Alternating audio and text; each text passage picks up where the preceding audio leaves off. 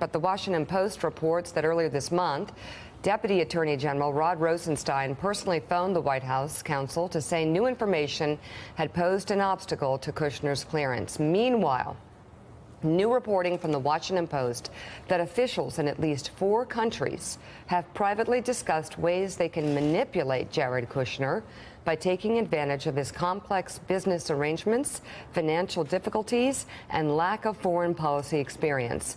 Those nations are alleged to be the United Arab Emirates, China, Israel, and Mexico, according to current and former U.S. officials familiar with intelligence reports on the matter. The officials said that National Security Advisor H.R. McMaster learned that Kushner had contacts with foreign officials that he did not coordinate through the National Security Council or officially report, and that the issue of foreign officials talking about their meetings with Kushner and their perceptions of his vulnerabilities was raised in McMaster's daily intelligence briefings. One former U.S. official says that Special Counsel Robert Mueller has asked people about the protocols Kushner used when he set up conversations with foreign leaders. A spokesman for Kushner's attorney called the report inaccurate information and said they won't respond further to unnamed sources peddling secondhand hearsay. So let's start with you, Casey. Wow. There's so much to take in here. But I think at least politically, the headline is that for the past 2 weeks, we've been seeing this stand down between General Kelly and Jared Kushner. And we all assumed that Jared Kushner would end up winning out, and perhaps he will ultimately at the end. But this was the most surprising thing, at least for me yesterday, seeing that actually General Kelly had prevailed against the president's son-in-law and got exactly what he said he needed. What should we read more into that? The president still has some moves that he can make, right? At the end of the day, he's the president of the United States, and the way things are set up, he gets the final say. If he wants to tell Jared Kushner classified information, invite him into the Oval Office, he can do that. That's his prerogative. And so, to the extent that, this is the last battle in this war, I think that's probably premature at this point.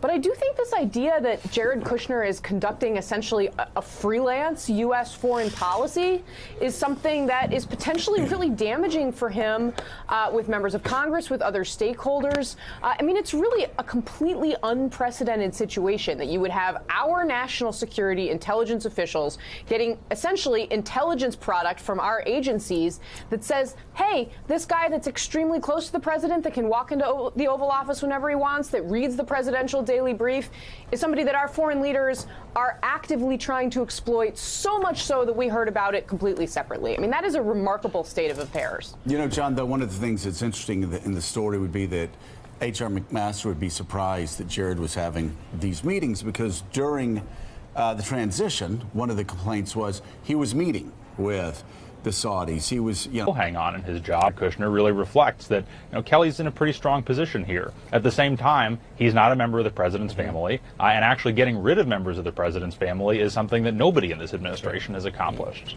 John Kelly is a lot of things, but he will never be the president's son-in-law. Natasha, is interesting. The Washington Post also reports that Robert Mueller, the special counsel, has begun asking people about the protocols that Kushner used when he set up conversations with foreign leaders. So now there's overlap with the Mueller investigation here.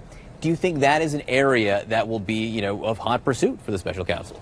Absolutely, especially when you look back and think about how Jared Kushner was involved in trying to set up this back channel with the Russian ambassador during the transition period. If you'll recall, he proposed setting up a diplomatic kind of back channel at the Russian embassy with the Russian ambassador, Sergei Kislyak. So these all kind of fit together now, and what we're going to be seeing is Mueller is going to be examining whether or not he followed protocol when he was in communication with these foreign officials. If he was not following protocol, then that would mean that H.R. McMaster, the National Security Advisor, and other officials in the White House would not have known the content of those conversations, which, of course, for the White House trying to manage national security is a big problem. Raises the stakes if Bob Mueller's involved here. All right, Selena, we know that the president's base supports him, wants him to be surrounded by whichever advisor probably the president wants, but does the base really care about Jared Kushner. Are there massive Save Jared demonstrations that are going to be held in Trump counties around America? No, there's not a hashtag Save Jared going on that I know of. Look, one of the things that, connected Trump to his base and to people who voted for him who wouldn't ordinarily vote for a character such as him was his ability to go into a place and ask for their vote. Jared was never part of that equation. And one of the things we sort of see with the Trump administration, and we don't know if this is going to be successful or not, is some companies or administrations thrive off of incredible tension, which is, what we see and hear and read about every day, and some of them sort of collapse. The way we measure that is how successful they are, not just in their approval ratings, but on things that they're able to get done. And the first big measure is how people accept what they've been doing in a midterm election. That's the first big measurement. Are you happy? Do you like the way this goes, the way the tensions and the dramas that happen every day? Or are you looking for something a little more pragmatic, a little more normal? We'll see. Indeed. We're seeing right now, in fact. Natasha, you've got a pretty remarkable story out overnight in The Atlantic that deals with communications between Roger Stone and WikiLeaks. You obtain direct messages, essentially, between Stone and WikiLeaks. And by the way, Stone had testified that they only communicated through an intermediary. WikiLeaks had said sort of largely the same thing. What's the nature of this communication? What does it tell you? So essentially, Roger Stone had reached out to WikiLeaks on October 13th, 2016. We don't actually know if they communicated before that, but this is the exchange that I obtained, asking WikiLeaks to essentially stop attacking him because WikiLeaks had been going on this kind of public relations campaign, tweeting that they had no formal association with Roger Stone, who, of course, at the time was saying that he had advanced knowledge, or that implying that he had advanced knowledge of what WikiLeaks was about to drop, which, of course, was problematic for Roger Stone and the Trump campaign because they didn't want to make it seem like there was any coordination going on. So he asked WikiLeaks if they could back off. WikiLeaks said, well, we don't want it to appear like there's any association between us because that's undermining our documents that we're publishing. And then Roger Stone said, well, you really should learn who your friends are. You should figure out, who you want out there defending you, because right now you don't have a lot of defenders.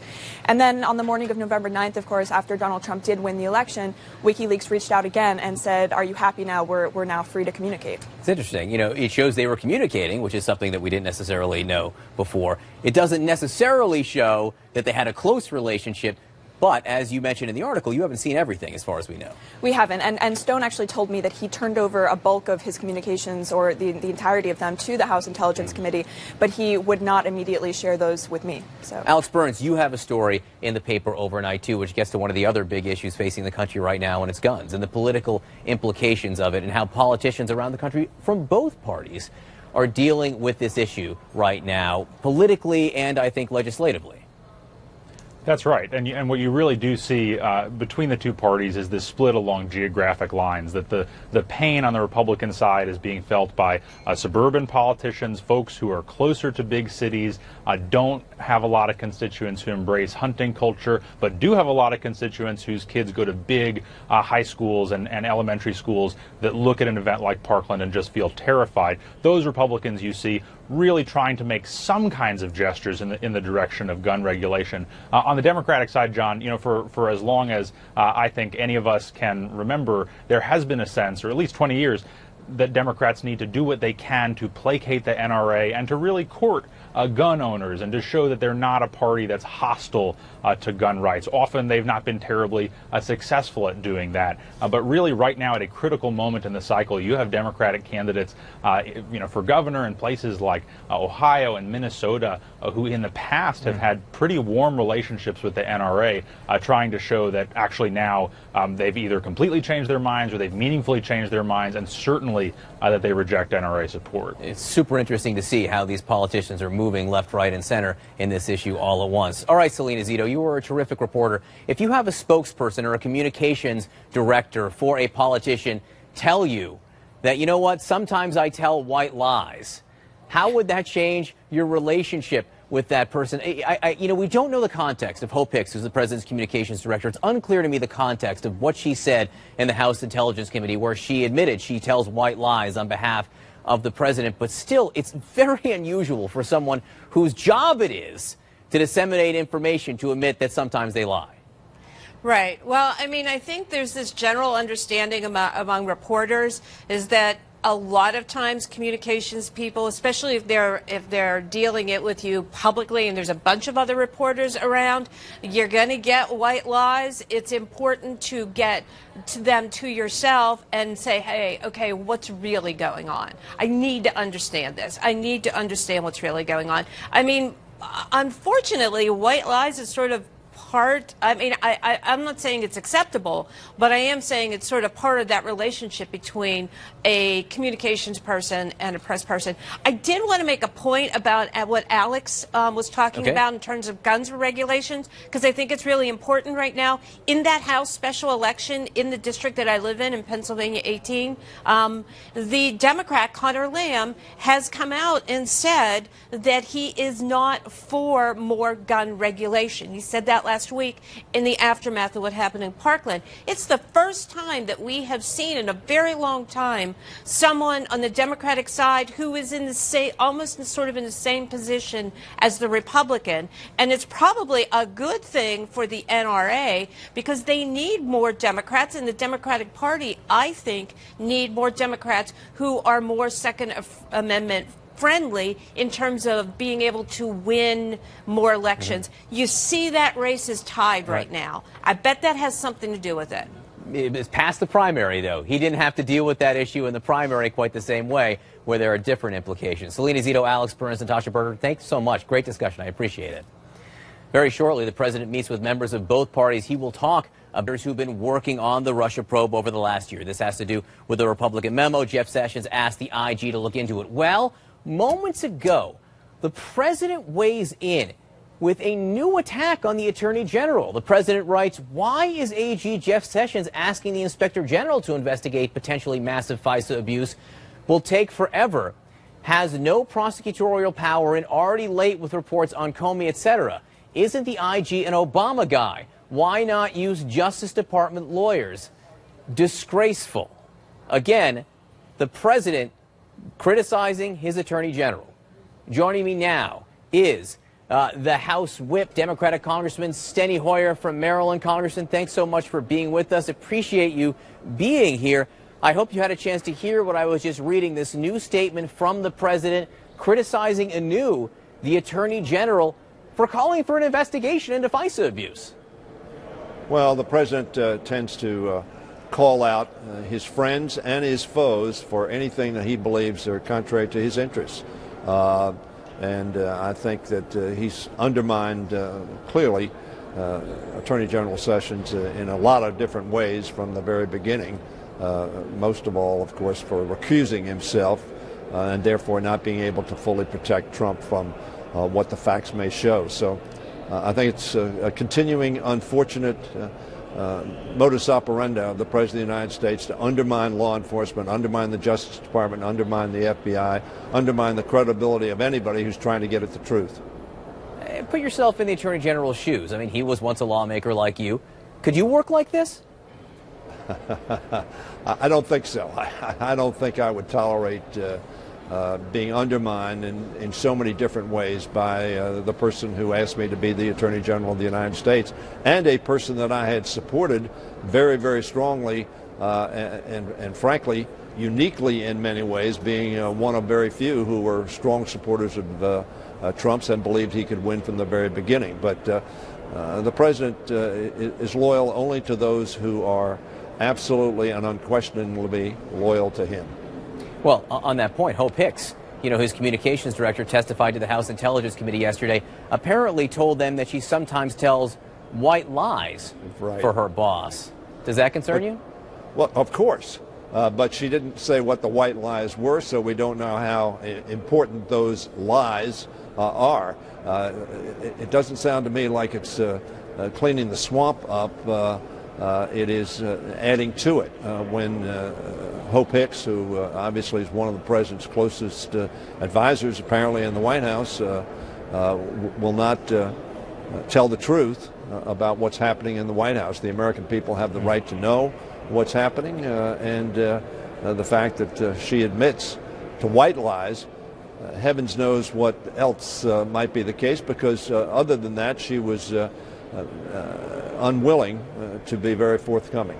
Look, if the Democrats do take back the House, you think there's a 90% chance, I've read you say that before. Is this the type of thing you would investigate? Would you be calling on the House Oversight Committee to be launching an investigation into this now? Look, I think one of the reasons that Americans are going to vote for Democrats to take back the House is because they want a check and balance on this administration.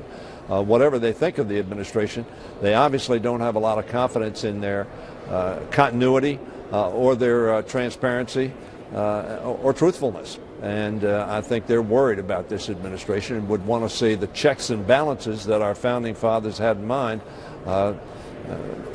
operate in a way that the founding fathers thought it ought to do, as a check on executive power. So that I think that clearly would be something we would be looking into, yes. America is watching Washington today, Congressman, to see what you do on gun safety, on school safety. Yesterday, I watched Bill Pascrell stand next to you and say, Paul Ryan has lost his guts here. What do you want to see come to the House floor? Look, we have 67% of the American people who think we ought to deal with assault weapons, which are the weapons of choice for those who want to kill a lot of people very quickly in public places, whether they be schools or restaurants or concert venues, restaurants, nightclubs. The American public want action.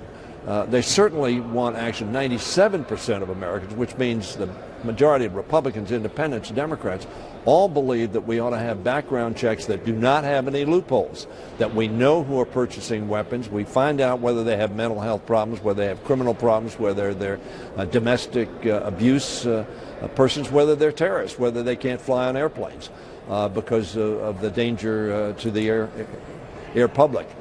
The fact of the matter is America wants action.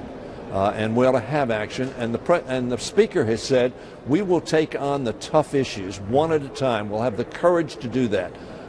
Well, he's not doing that. He hasn't done it in so many different ways. But certainly on this issue, we've filed 2 discharge petitions. One, to make sure that everybody has a background check, and 2, that you can't get a gun until that background check is finished, not just 72 hours later. If the background check is not approved, you get the gun anyway. That's the Roof case in Charleston, where the individuals who were killed were in a church. So I think the Americans want action, they expect action, and we ought to take action. We will see what happens today after the president meets with lawmakers of both parties. Congressman Steny Hoyer, thanks so much for being with us. Appreciate your time, Thank sir. you. Okay.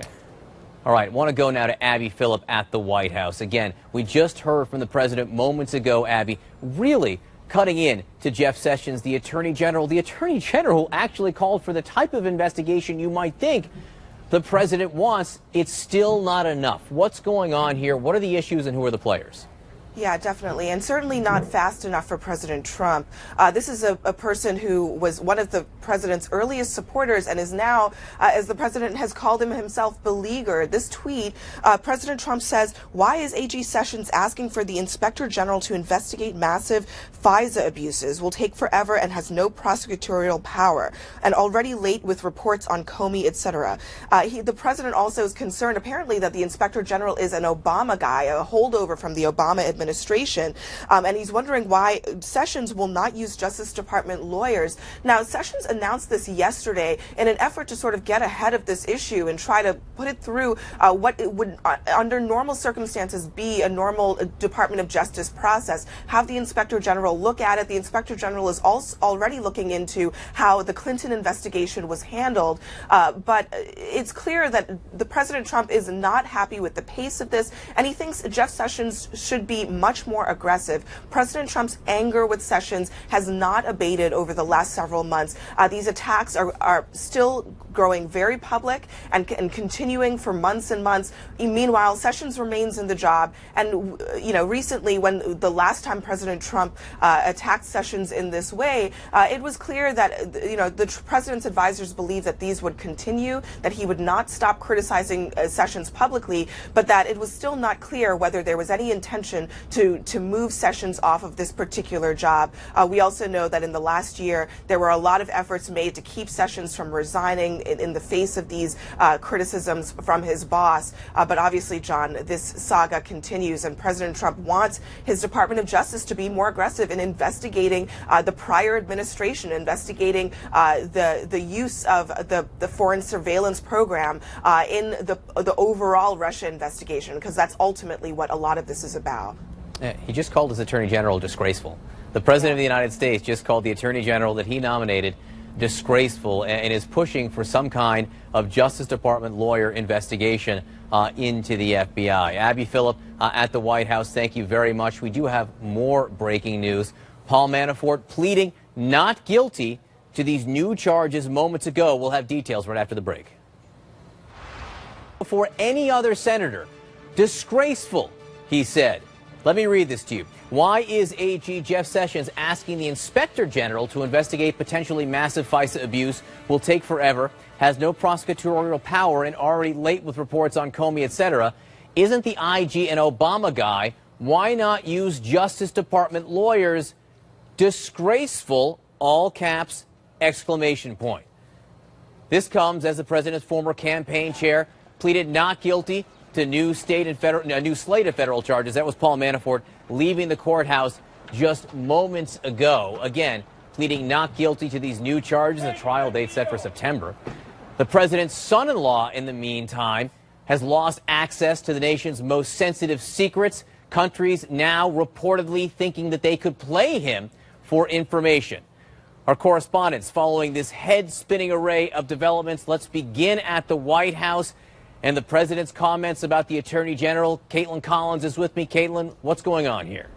Yeah, that's right, John. We see this attack on Jeff Sessions coming yet again from the president on Twitter, something we've seen before. But to give a little context to what the president is saying here, this comes after Jeff Sessions did say that they are going to look into whether those applications for foreign surveillance were properly carried out. But clearly a lot of frustration from the president on this today after the press secretary, Sarah Sanders, was asked about it yesterday. She said she hadn't determined what his feelings were, but that she thought that he would be glad the Justice Department was looking into this because it was something he had certainly been frustrated by. But with this today, the president going after Michael Horowitz, I should note he's calling him an Obama guy here. And it is true that he was appointed to his current position by President Barack Obama in 2012, something he was sworn into in April 2012. But he's been in top positions at the Justice Department under Republican presidents as well. And prior to his current role, was nominated by President George W. Bush to be the commissioner on U.S. sentencing rights. And as the Inspector General, his job is to inspect these things. So this is clearly part of a larger attack from the president on his Attorney General, Jeff Sessions, someone he has been very frustrated with ever since he first recused himself from overseeing the Russia investigation last March. And we've continued to see him attack him time and time again. And for context, this comes as all of these headlines about Russia are in the news. You just said that Paul Manafort is being arraigned today, with Jared Kushner as well losing his top secret interim security clearance. So a lot going on at the White House, but instead the president is choosing to take out his frustrations yet again on his Attorney General here, John. Yeah, an awkward, angry executive time, and Jeff Sessions apparently paying the price. Caitlin Collins at the White House will come back to this issue. I want to go, though, to the D.C. federal courthouse. CNN's Jessica Snyder is there. Paul Manafort, the one-time campaign chair for Donald Trump, has just emerged. He pleaded not guilty. What have we learned? Yeah, John, Paul Manafort maintaining his innocence in court before a judge, appearing alone before the judge. Of course, in previous appearances, he'd appeared side by side with his then co-defendant, Rick Gates. But of course, Rick Gates pleading guilty on Friday, removing him from this indictment. So Paul Manafort back in court today, pleading not guilty before this new superseding indictment. These were some new streamlined charges that the special prosecutor filed after Rick Gates pleaded guilty. So these are streamlined charges, but they are still just as serious. They include money laundering as well as false statements. Of course, Paul Manafort has come under increasing pressure just over the past week. It started with the guilty plea of that former Skadden attorney, Alex van der Zwaan. He worked for Paul Manafort. He pleaded guilty last week. And then, of course, on Friday, Rick Gates, his deputy during the Trump campaign, finally pleaded guilty to 2 counts as well. So this upping the pressure on Paul Manafort. But Paul Manafort said it on Friday after Rick Gates' guilty plea, saying that he would maintain his innocence. And then today, just a few minutes ago, before that judge, once again pleading not guilty. Of course, we saw him initially plead not guilty at the end of October when the first indictment was filed by the special counsel. Now this new superseding indictment, Paul Manafort had to go back before a judge and plead again. John, we will see Paul Manafort again in court, but that will be on Friday, and that will be in Alexandria, Virginia, because Paul Manafort faces additional charges in Virginia. These ones potentially a lot more severe. He faces 18 counts of bank fraud and tax crimes. So Paul Manafort now fighting this on 2 fronts in 2 different jurisdictions. John? All right, Jessica Snyder at the D.C. Federal Courthouse, a major development in the special counsel investigation. Another major development, CNN learning overnight that the special counsel Robert Mueller and his team asking questions about business ties, financial interests that Donald Trump had from before the time he announced his candidacy for president. CNN's Kara Scannell, one of the reporters who broke this story. Kara, what have you learned? Well, John, we've learned that Special Counsel Robert Mueller in recent weeks has been asking witnesses about the timing of Trump's decision to run for president. They've also asked whether it appeared that the Russians had any compromising information on him. And they asked about these 2 failed attempts to brand a Trump Tower in Moscow, as well as the 2013 Miss Universe pageant, which was held there.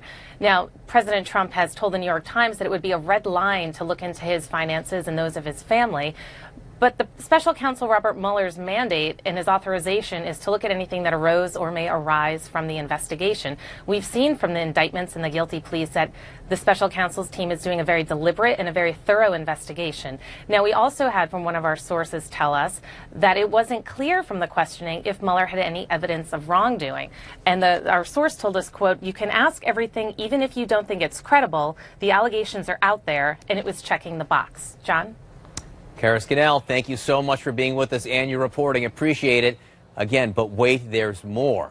The White House Communications Director, Hope Hicks, admits to the House Intelligence Committee that she told white lies for President Trump. Now, she says they weren't about anything substantial, and after talking with her lawyers, she said she never lied about anything connected to the Russia investigation. Hicks did not try to use executive privilege not to testify. But the White House told her not to answer certain questions. She did answer some questions about the presidential transition.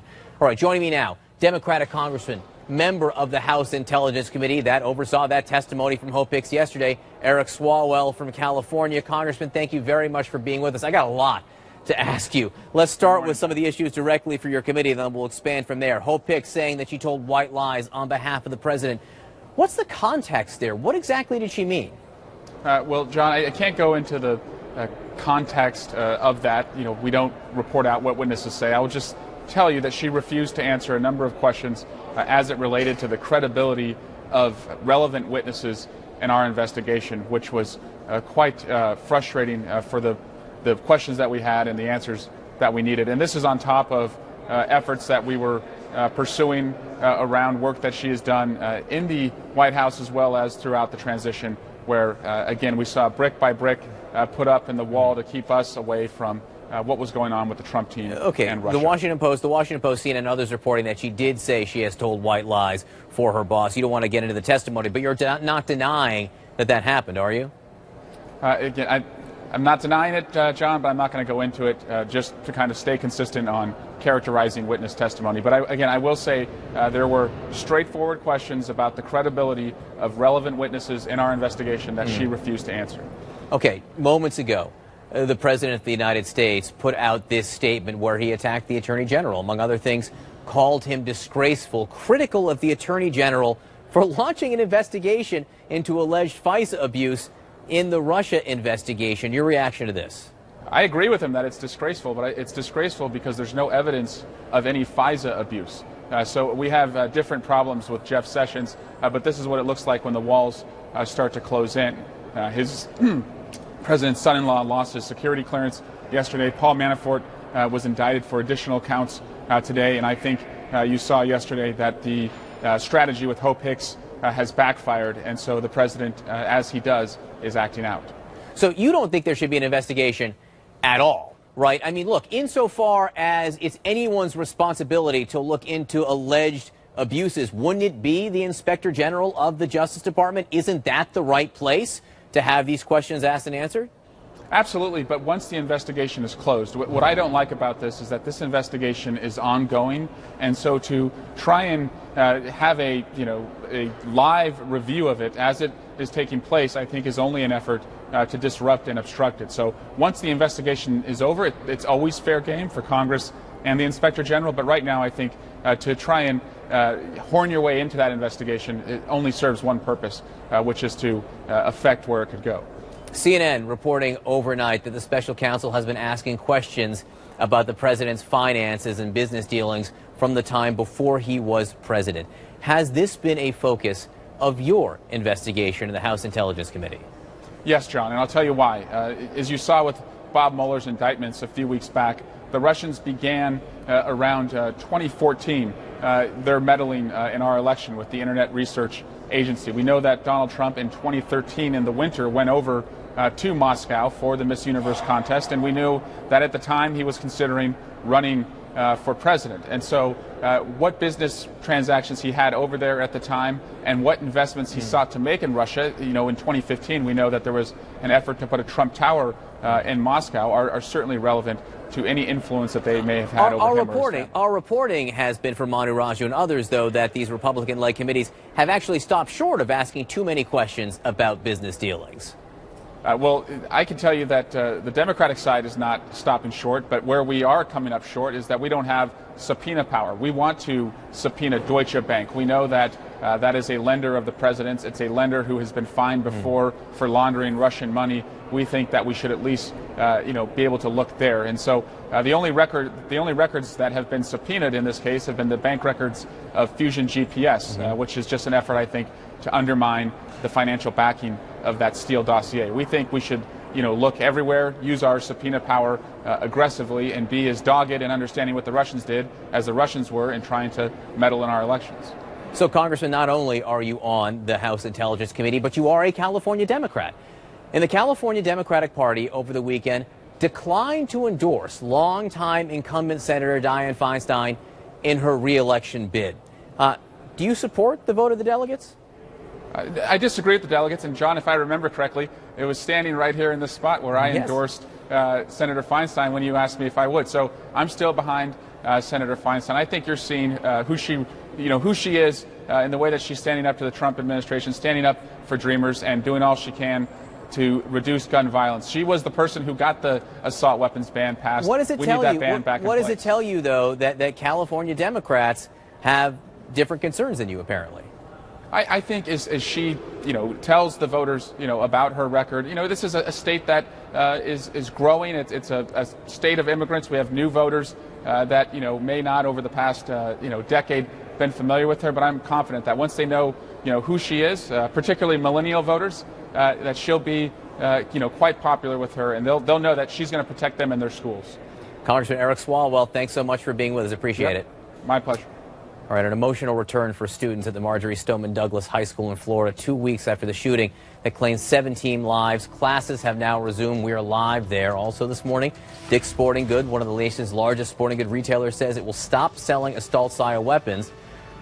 Plus, the president, who has had a heck of a busy morning during executive time, set to leave the White House in just moments for a ceremony on Capitol Hill honoring...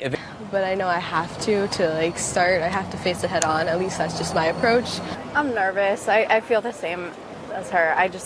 I'm really scared to go in. I'm still in shock from everything that has happened, and going back into school, I'm just worried that it's going to happen again. I mean, I want to be a part of Stoneman Douglas, and I want to, live out the rest of my high school career normally, but there's no such thing as normal anymore. And they don't know what normal is going to be. John, today is an abbreviated day. They get out in about an hour and a half, 2 hours. The kids told me they're really happy they didn't have to go to lunch today, so they wouldn't have to go sit with friend groups that had missing friends. No such thing as normal anymore. What a heartbreaking thing for a high school student to have to say. Diane Gallagher in Parkland, Florida, thanks so much for being with us. Dick's Sporting Goods, one of the country's largest sporting goods retailers, is going to stop selling assault-style rifles like the one used in the Parkland shooting. They will also no longer sell guns to anyone under 21 years old or sell high-capacity magazines. The CEO of Dick's spoke with CNN and said he felt like he needed to take a stand. But when you look at those kids and their parents and the grief that everyone's going through, and we don't want to be a part of this story any longer. We actually sold the shooter a shotgun in November of last year. And we looked at that and found out that we did this. We had a pit in our stomach and said, we don't want to be a part of this story, and we need a responsibility to these kids. And we decided we are not going to sell these any longer. Now, the company had already removed assault-style rifles from all Dick's stores proper after the Sandy Hook massacre 5 years ago, but now they're going to remove them from all their affiliates, these 35 Field and Stream stores as well. No one associated with Dick's will sell these weapons anymore. All right, a lot of news breaking all over the place this morning. Right now, joining me, CNN political analyst Jackie Kucinich, CNN political commentator Scott Jennings, and Robbie Mook. Scott, I want to start with you. You worked in the Senate when Jeff Sessions was there. He is now the Attorney General of the United States. Moments ago, the president called him disgraceful. He's already called him beleaguered, very weak, and said he's very disappointed with his performance. How can Jeff Sessions stay on the job? I mean, how can he live with himself and show up to work every day with the president attacking him like that? Well, it's rough existence. It's been some time since the president's come after Jeff Sessions in this way. These were harsh words this morning. All I can really say is that Jeff Sessions, as far as I'm concerned, is a man of high integrity. I think he served our nation well. He served the state of Alabama well. I'm glad he's in the cabinet. I think he's done amazing work at the Department of Justice, and it strikes me that what Jeff Sessions has decided is that his work on behalf of the American people as Attorney General is more important than being upset about a president who likes to communicate. It's in not the way being that upset, though. It's President Trump humiliated. does. So that's all I can say about it today. Is it being, but again, it crosses the line from upset to humiliated here. You would think at a certain point, he should defend himself and justify the actions he's taking, saying this is the right way. And Robbie Mook, on that point, Eric Swalwell, Congressman, Democrat from California, he's actually opposed to an Inspector General investigation into alleged FISA abuses altogether. He thinks the Attorney General is going too far, while the president is saying he's not going far enough. Yeah, and I'm not an expert on IG investigations, and so it's hard for me to weigh in either way, but I think the point that the congressman made was important, which is we need to let this investigation play out, and unfortunately, you can't trust anybody anymore. And so if the president or anybody else in the administration is calling for an IG investigation, it's either to placate the president, make him feel better about what's going on, or it's for the purpose of disrupting or blocking the investigation. And the other thing I just have to say is there's no evidence that anything was done wrong. If you look at the memo that came out from the Democrats, it's unfortunate that these memos have become partisan in the first place. There's no impropriety whatsoever. So, people can make allegations, but there's no there. And again, it's just, it's so unfortunate that that's partisan. It shouldn't be. Jackie, as we watch this develop this morning, I wonder if we are all missing the forest for the trees here. If you look at what's happened over the last 12 hours, Jared Kushner, the president's son-in-law, lost his top-level security clearance. CNN reporting overnight that the special counsel is now investigating the finances and business dealings of the president, which at one point he said was a red line. Hope Hicks tells the House Intelligence Committee that she sometimes tells white lies on behalf of the president. So is this just the president lashing out, reacting to all of it, and the only person he can find to sort of slap is the Attorney General, taking it out on poor Jeff Sessions? I mean, I guess because he already went after McMaster's, maybe it was last week. Maybe Jeff Sessions is just up this week. But certainly this is just another example of the president, instead of, I feel like in a normal White House, the president would take this person to task who they're unhappy with, behind closed doors, perhaps through intermediaries, but instead this president likes to put this all on Twitter, which just it creates, it continues the chaos that on the front, that facing outward, that this White House continues to put out. They like to beat that back and say everything's fine. Well, when you have the top of the government doing this over and over and over again, it doesn't really create a lot of calm, frankly, and particularly as we're getting to, as Mueller apparently or reportedly is looking into Jared Kushner. This is why nepotism laws exist, because right now you have someone who could be who could be being closed in on, and he's so close to the president that he might not remove him. I'm not familiar with the security clearance being downgraded and someone's still sticking around. Perhaps it's happened, but this certainly seems like a continually unusual situation in the West Wing. Scott Jennings, you worked inside, a White House. Jackie used the phrase "in a normal White House." You worked in the George W. Bush White House, which I suppose we could put that under the category of every other administration, a normal White House. How would this be perceived? Jared Kushner, being downgraded in terms of a security clearance. What impact would that have had in the Bush administration? Yeah, I don't recall it happening to anybody in our White House. It's an unusual situation, although I do recall it happening to one of President Obama's advisors, Ben Rhodes, I believe was denied a security clearance at the beginning of the Obama administration. Now, he ultimately got a clearance under some circumstances that are less than clear. So it's not historically unprecedented for this to occur. The president can still show any advisor he wants any kind of intelligence material that he feels like. I guess he has the right to declassify it by showing it. They're standing by Kushner today and saying that he's going to be able to continue to do his job. Ultimately, what matters here most is, do you have the confidence of the president? And Kushner retains that as of today. I think over time they'll have to make a decision about whether his inability to look at some information, if it's not declassified by the president, is prohibiting from doing the big portfolio that he has correctly. But as of right now, the confidence of the president is what you need to perform in this job, and that's what he has.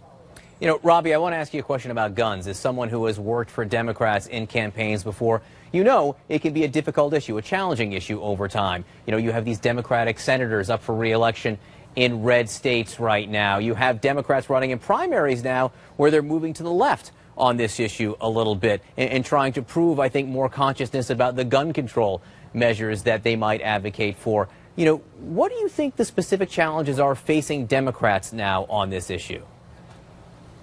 Well, I think there's a tug of war going on right now. There's a practical matter, which is that there are loopholes in the existing legal framework that allow people who shouldn't have guns to buy guns. The evidence on this keeps on mounting, and when you look at public opinion surveys out there, people overwhelmingly support background checks. People overwhelmingly support restrictions on these assault-style weapons that people can use to kill other people, or banning bump stocks, that sort of thing. Where the Republican Party, but especially the NRA, likes to take this issue is to a cultural place, that by supporting what I would argue are common sense reforms that the vast majority of Americans support, that you're somehow seeking to alienate or question people's cultural heritage, cultural identity. And that's simply not the case, and that is going to be the tug of war in these campaigns. And I would also just say there's a moral undertone to this. I don't think Democrats should hedge and make compromises on this because they want to win some votes. People are dying, so we have to do something. But we should keep the voters focused on the practical legal loopholes that need to be closed. Jackie, go ahead, Jackie. If I could just add, I think one of some of the nervousness I've heard over the past 48 hours about getting the NRA involved.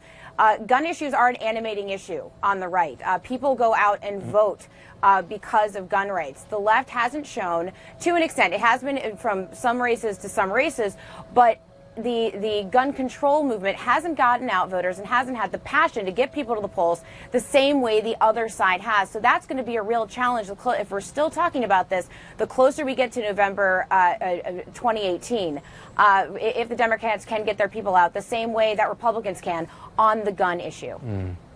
Jackie Kucinis, Scott Jennings, Robbie Mook, thanks so much for being with us, guys. A lot of news today. So now that Jared Kushner has had his top secret security clearance yanked, apparently, one former diplomat is asking why it didn't happen sooner. And the president set to arrive at the Capitol. All right, you're looking at live pictures from outside the U.S. Capitol right now. The president's motorcade will be arriving very, very shortly. The leaders, the assembled leaders of the United States right now, gathered in the Capitol Rotunda to honor the late Reverend Billy Graham, who will lie in honor in the Rotunda, which is an honor that is really provided very few non-governmental, non-military figures. But the Reverend Billy Graham, obviously with an impact on so many people, so many lives, this is an honor that the leaders of Congress and the leaders of this nation thought was proper. Our Boris Sanchez standing outside as we watch the president arrive here. Boris, what are you seeing? Hey there, John. Yeah, the president's motorcade is now arriving here at the U.S. Capitol to honor the man known as America's pastor, Billy Graham, passing away last week at his home in North Carolina at 99. He was someone who is known not only for sharing his faith with millions of Americans, but also for being influential in politics. Billy Graham served in some capacity as an advisor to presidents for many decades. He was known to have prayed with presidents dating back to Harry Truman all the way to Barack Obama.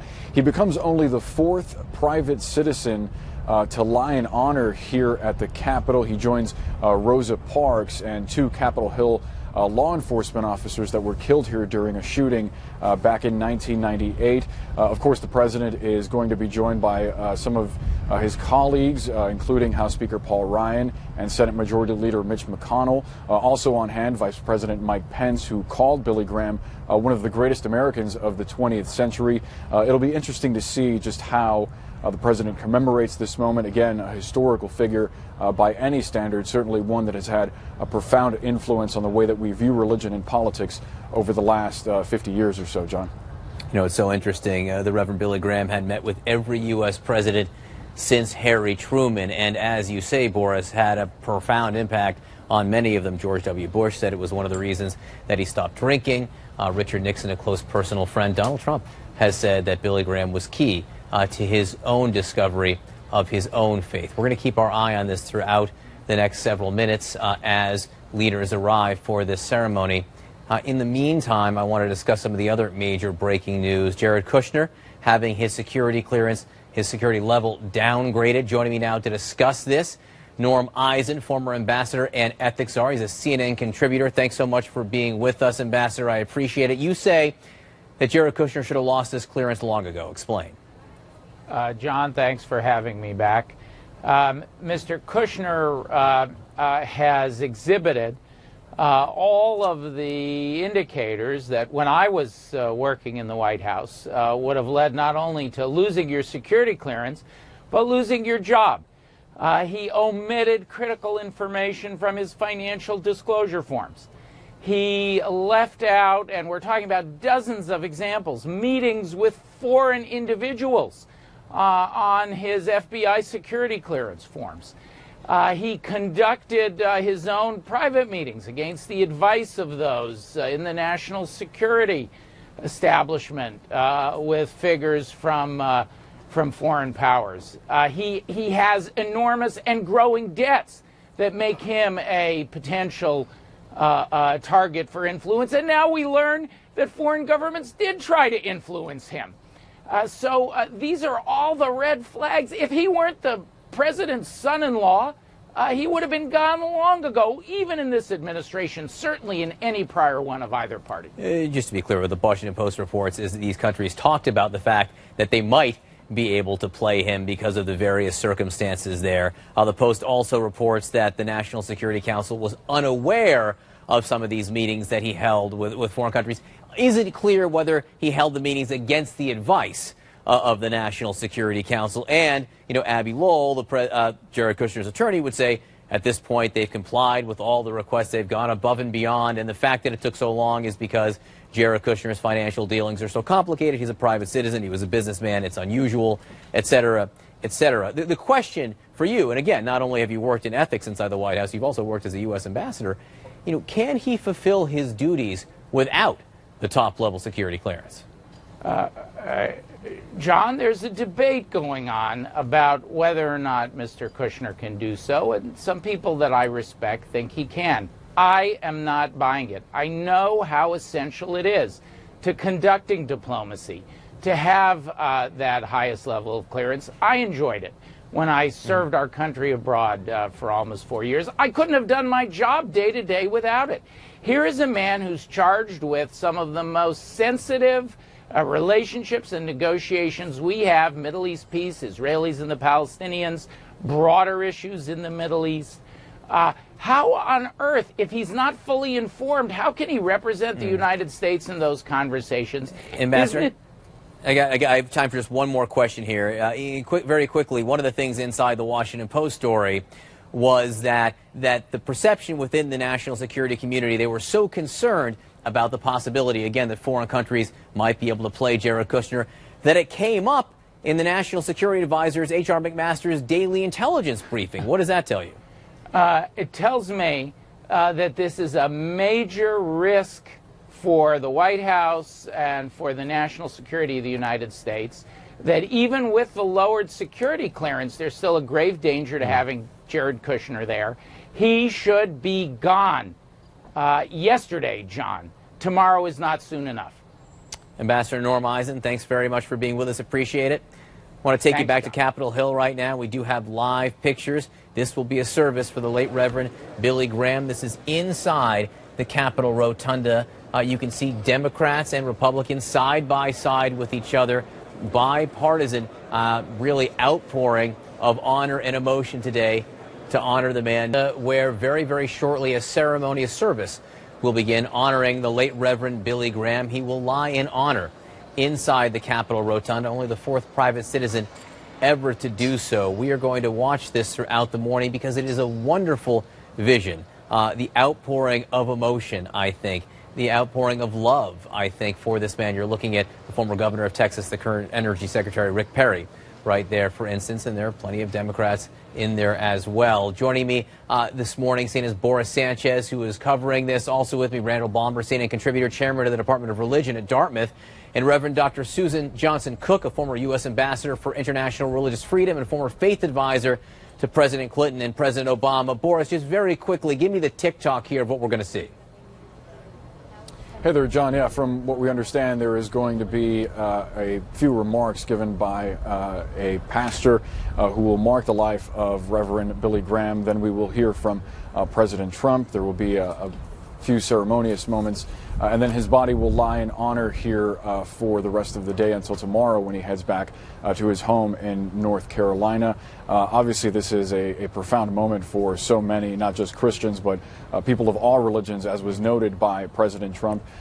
He, as you mentioned earlier, said that the Reverend played a big role in his decision to re-look at his faith. President Trump, historically not known as a very religious man, but he clearly has rediscovered his faith in recent years. The president will be joined by other Republican leaders, including House Speaker Paul Ryan and Mitch McConnell. Yesterday they spoke with reporters and said that this was an easy decision for them to make to commemorate the life of Billy Graham this way. Beyond that, John, we should note this is not without some controversy. There was at least one group yesterday that put out a statement saying that this was inappropriate. They cited some of the controversies in Billy Graham's life. Obviously, he was no stranger to controversy because of his positions. We should note, though, that as far as today, there are no protesters on hand, no distractions or any sort of involvement by any of those groups here at the Capitol. It will be a somber day, one of respect and remembrance, John.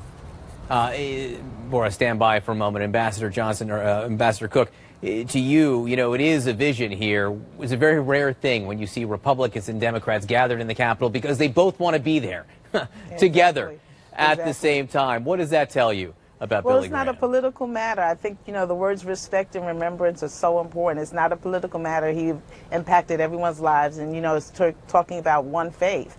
And so together we're Americans, and he was an American pastor.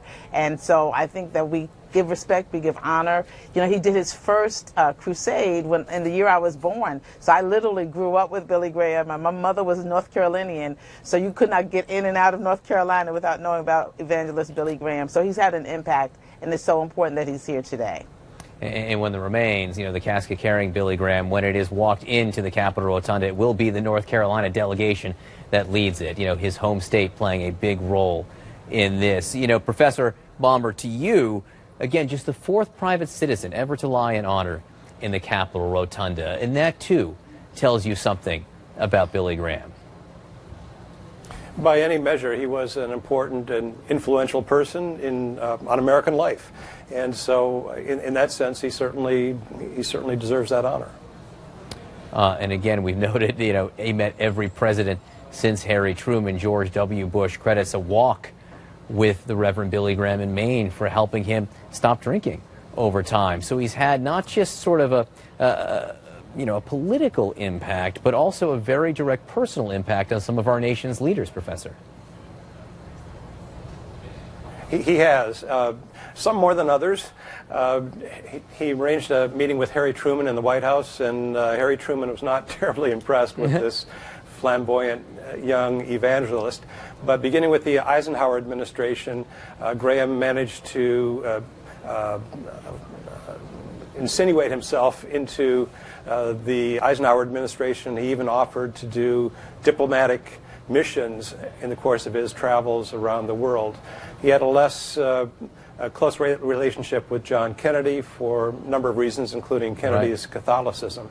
But through the years, he has established at least some relationship with every American president through Barack Obama. And again, we just saw the hearse arrive. Here is a bus, I can only imagine, that is carrying some of the family members, perhaps some of the North Carolina delegation, people who were close to the Reverend Billy Graham, who will be part of this ceremony. We do expect to hear from the leaders of Congress. We also do expect to hear from the President of the United States on this day. Yeah, Chaplain Barry Black also, who's the chaplain for the United States Senate, which will be also important. Why do you think he did have such a direct impact, Reverend, on political figures in this country? Well, first of all, it's an honor. I was a faith advisor to two presidents, and so you can advise in too many ways. You can advise on issues, or you can actually be their pastor and be invited into the Oval Office. And so for him to have that impact